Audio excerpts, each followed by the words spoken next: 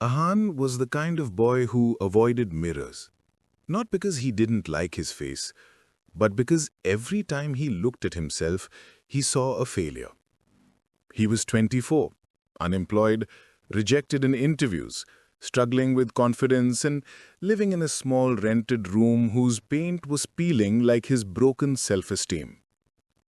On the wall near his bed hung an old mirror, cracked around the corners, dusty and slightly tilted. Every morning, Ahaan stood in front of it and whispered the same sentence, "My time will never come." He said it softly, not in sadness, but in belief. He had convinced himself that life had chosen other people, not him. He didn't know that this mirror was silently waiting for one moment, a moment that would flip his destiny. Ahan's father had passed away when he was young. His mother stitched clothes to support him. His younger sister looked up to him with hope. But Ahaan felt he was disappointing all of them. Every night he sat in the dim light of a single bulb, scrolling through success stories on his phone. Not for motivation, just to torture himself. "Everyone is moving ahead," he whispered. "Only I am stuck." The mirror watched him every night, watching a boy drowning silently. One day, after another job rejection, Ahaan came home completely shattered. He entered the room, kicked the chair, and shouted, "Why me? Why always me?" He looked at his reflection, eyes red, face tired, shoulders slumped. The mirror showed him the same broken boy he always saw.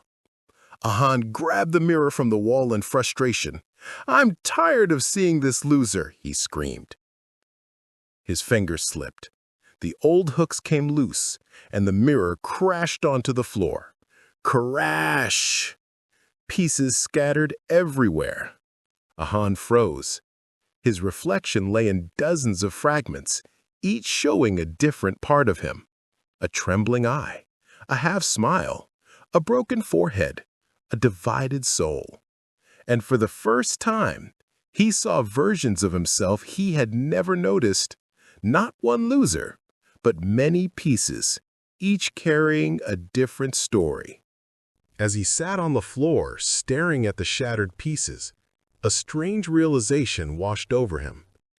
Every piece reflected not his failure, but his fear. One small shard showed his exhausted eyes. Another showed a determination he never acknowledged.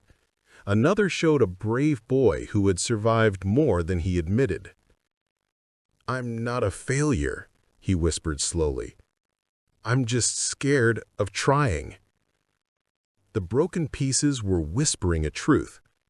Your real enemy isn't the world. It's the voice in your head. Ahaan felt his heartbeat change. Something inside him cracked open, not like the mirror, but like a shell. That night, he didn't sleep. He cleaned the room, threw away old papers, empty wrappers, clothes he didn't need. He even swept the mirror shards carefully, saving a few sharp pieces. On his table, he kept one shard, the one that reflected his eye, the eye that always looked defeated. But tonight, it looked fierce. He decided to do something he had never done. Start over, from zero. Not for society, not for comparison, but for himself. The next morning he went out early. He enrolled in a free community course for digital design. He applied for internships instead of full-time jobs, accepting he needed to learn. He exercised for the first time in years. He ate properly. He read. He practiced. He tried. Days turned into weeks. Weeks turned into months.